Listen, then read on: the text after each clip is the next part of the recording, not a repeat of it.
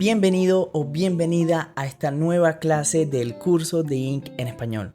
En esta sesión nos vamos a adentrar en comprender los tipos de datos que nos provee el lenguaje de programación Inc y que también son soportados por Inc. Además de que vamos a comprender cuáles son las funciones del environment, qué es el environment en resumen y cómo podemos obtener valores a través de la cadena de bloques mediante las funciones del environment. Me alegra saber que has llegado hasta este punto, estoy muy contento, espero de que los videos anteriores te hayan funcionado, de que te hayan nutrido, de que hayas aprendido muchísimo hasta el momento sobre Inc. Esto es algo que me llena mucho y espero te disfrutes también esta clase. No siendo más, si estás listo o lista, vamos al código.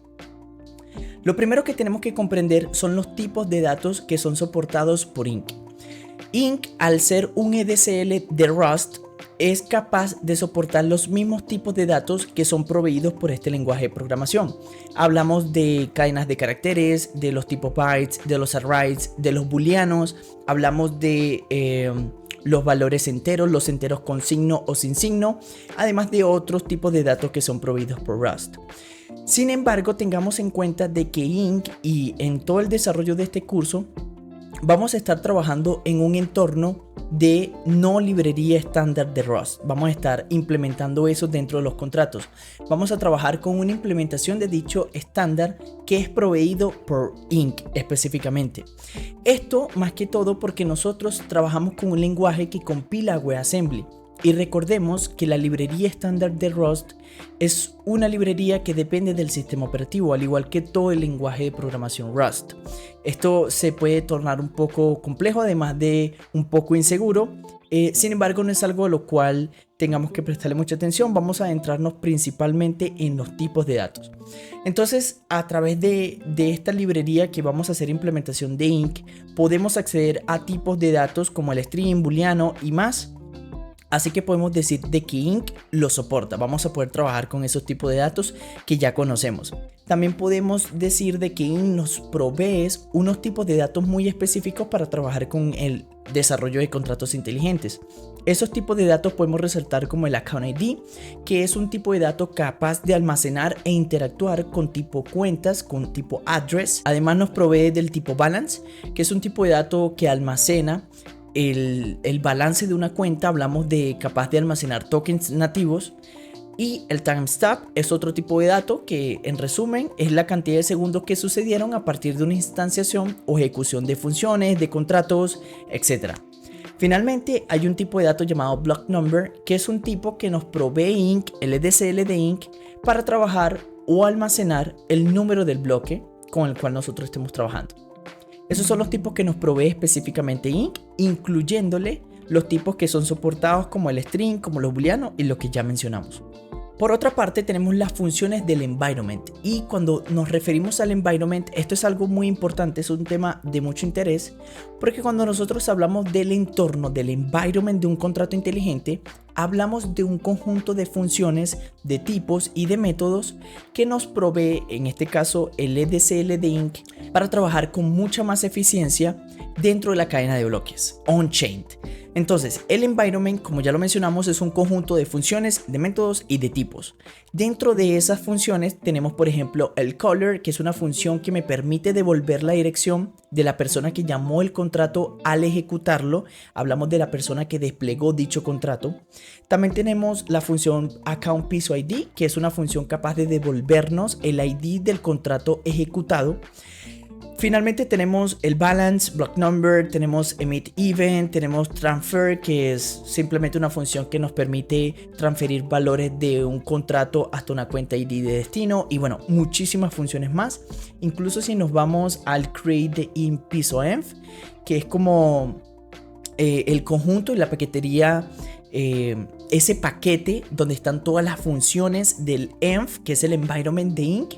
Acá podemos ver muchas otras funciones, como por ejemplo hash bytes, como gas left, como emit event y bueno, muchísimas otras funciones. Pero sin embargo, vamos a centrarnos en estas pequeñas funciones que son las más utilizadas cuando se crean contratos inteligentes. Esto es como lo primordial que debemos aprender. Una vez teniendo eso en cuenta, vamos a pasarnos al código. Una vez estando acá, vamos a ver acá una estructura muy sencilla, muy básica de cómo podemos implementar estos tipos de datos o en realidad estas funciones helpers, además de los tipos de datos que nos provee el lenguaje de programación Inc, además de el env, que recordemos que es un conjunto de métodos, de funciones y de tipos. Entonces acá podemos ver cómo podemos definir esos tipos de datos a funciones y en este caso muy específico a variables. Entonces acá dentro de la estructura yo estoy definiendo una variable llamada emisor, una variable llamada receptor, que son capaces, o bueno, le estoy asignando el tipo de account ID, que en resumen lo que estoy diciendo es que estas variables van a ser capaces de soportar, de interactuar y de almacenar direcciones, address. Hablamos de estas direcciones de wallet o de cuentas. También tenemos lo que es ahorros, esta variable llamada ahorros, que va a ser capaz de almacenar balance, lo que significa que va a poder trabajar con tokens nativos, va a poder almacenarlos e interactuar con ellos. Fecha de envío, acá estamos simplemente dándole un tipo que es de tipo timestamp, ya sabemos que es el tiempo en segundos de ejecución. Y block number finalmente, que es un tipo de datos capaz de almacenar el bloque con el cual estamos trabajando, el último bloque que estemos utilizando. Vamos a pasar a entender cómo podemos utilizar las funciones del environment. Esto se vuelve muy interesante. Entonces acá en principio tenemos una función pública que es de tipo message. Ya sabemos que son funciones capaces de modificar o no el estado del contrato. Y acá tenemos lo que es la función pública getPisoAddress, la tenemos acá. Recordemos que todas las funciones de tipo message deben recibir en este caso estamos recibiendo una referencia no mutable del estado de nuestro contrato a través del objeto self. Recordemos nuevamente, haciendo un recorderis pequeño, que self hace referencia al estado de nuestro contrato, es decir, nuestro objeto. Entonces acá nosotros estamos teniendo eso como referencia y estamos diciendo que vamos a retornar un account ID. Y sí, efectivamente estamos retornándolo. ¿Por qué? Vamos a entender esta pieza de código. Acá lo que estamos haciendo es, a través de nuestro objeto, a través de ese objeto self, estamos accediendo a una de sus funciones, que en este caso es este conjunto de funciones llamado env, que es el environment de nuestro contrato. Acá es donde ya se pone muy interesante, porque internamente este env, si borramos acá y damos punto para acceder a sus métodos y funciones, vemos que tiene muchas funciones, como lo vimos en el slide pasado. Vimos que tenemos, por ejemplo, account ID, tenemos la función balance que me provee de los tokens, tenemos block number que es capaz de obtener el bloque actual, etc. Entonces en este caso nosotros vamos a acceder a esta función account ID. Y esta línea de código, esta línea número 23, a través de esta línea número 23 estamos accediendo y mediante esta función del environment a la cuenta del contrato actual, al ID, a ese ID que está de nuestro contrato. Entonces esto es algo muy interesante porque acá vemos cómo a través de ese environment podemos acceder a estas funciones que son capaces de obtener data on-chain, porque en este caso nosotros estamos estructurando nuestro contrato inteligente acá en nuestro Visual Studio Code, pero una vez que este contrato inteligente esté on-chain, va a poder ejecutar estas funciones y obtener información real de la cadena de bloques on-chain, va a poder tener esa data, todo esté ocurriendo en ese momento que estén interactuando con el contrato. Entonces, por ejemplo, esta función getNativeBalance, nosotros a través de esta función vamos a poder acceder al balance. Acá block number, vamos a obtener el número del bloque actual, etcétera. Estas son funciones que nos provee el environment y que nosotros vamos a poder utilizar para, como les mencioné, obtener data on-chain. Pasando un poco más a la visualización, tenemos por ejemplo la función block timestamp, que simplemente estamos obteniendo la cantidad de segundos de ese bloque. Estamos obteniendo acá el caller, tenemos esa función caller dentro del environment, que recordemos el caller es la persona que ejecutó, desplegó ese contrato inteligente o esa cuenta en realidad. Y finalmente acá tenemos una función que me provee el environment llamada isContract, que como lo vemos, esta función la definimos para obtener una referencia no mutable de nuestro objeto, además de que estamos recibiendo account piso ID, que es un parámetro que es de tipo account ID, y simplemente esto lo que estamos haciendo es verificando si este parámetro que nosotros pasamos es una cuenta o no, o en realidad estamos verificando si es un contrato o no. Esto es importante de pronto para nosotros saberlo si estamos interactuando con una wallet o en realidad estamos interactuando con otro contrato. Finalmente, acá podemos ver cómo podemos hacer implementación de estas funciones que nos provee el environment. Acá simplemente estamos viendo estas 5 funciones, estas 6 funciones. Sin embargo, como lo vimos en el slide pasado, hay muchas otras funciones que somos capaces de acceder a través de la función environment, que sabemos que es este conjunto de funciones y de métodos. Es tan fácil como que simplemente llamemos a self, que es el objeto, accedamos a la función env y simplemente le demos punto y podemos observar todas las funciones que el environment pone a nuestra disposición. Una vez ya teniendo esto en cuenta, vamos a pasar a ver cómo esta data que yo estoy obteniendo en chain la puedo almacenar en mis variables y en mis tipos de datos que tengo en mi estructura de storage. Entonces, por ejemplo, vámonos acá a getAddress o vámonos a sender, vámonos a caller.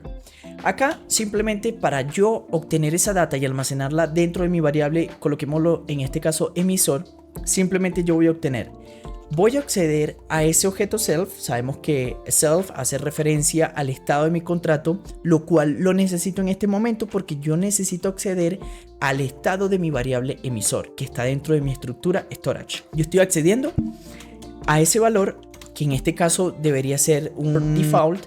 Entonces en este caso yo le voy a asignar un valor y acá yo lo que voy a hacer es a través del objeto self.env.color punto y coma, y acá nos falta un punto y coma. Así es como nosotros podemos obtener esa data on-chain y almacenarla dentro de nuestra variable emisor que está dentro de nuestra estructura del storage. Entonces acá vemos cómo es tan fácil poder interactuar con esta data, que lo más importante es que la estamos obteniendo on-chain, o sea, la estamos obteniendo con la interacción de este contrato y la estamos almacenando dentro de nuestras variables. Y acá estamos definiendo una lógica de negocio muy básica. Espero que esta clase haya sido de tu agrado. Cuéntame en los comentarios si te gustó, si de pronto te gustaría hacerme alguna sugerencia. Espero que el tema te haya quedado sumamente claro. Traté de glosarlo lo mejor posible para que sea entendido cada punto y cada tema.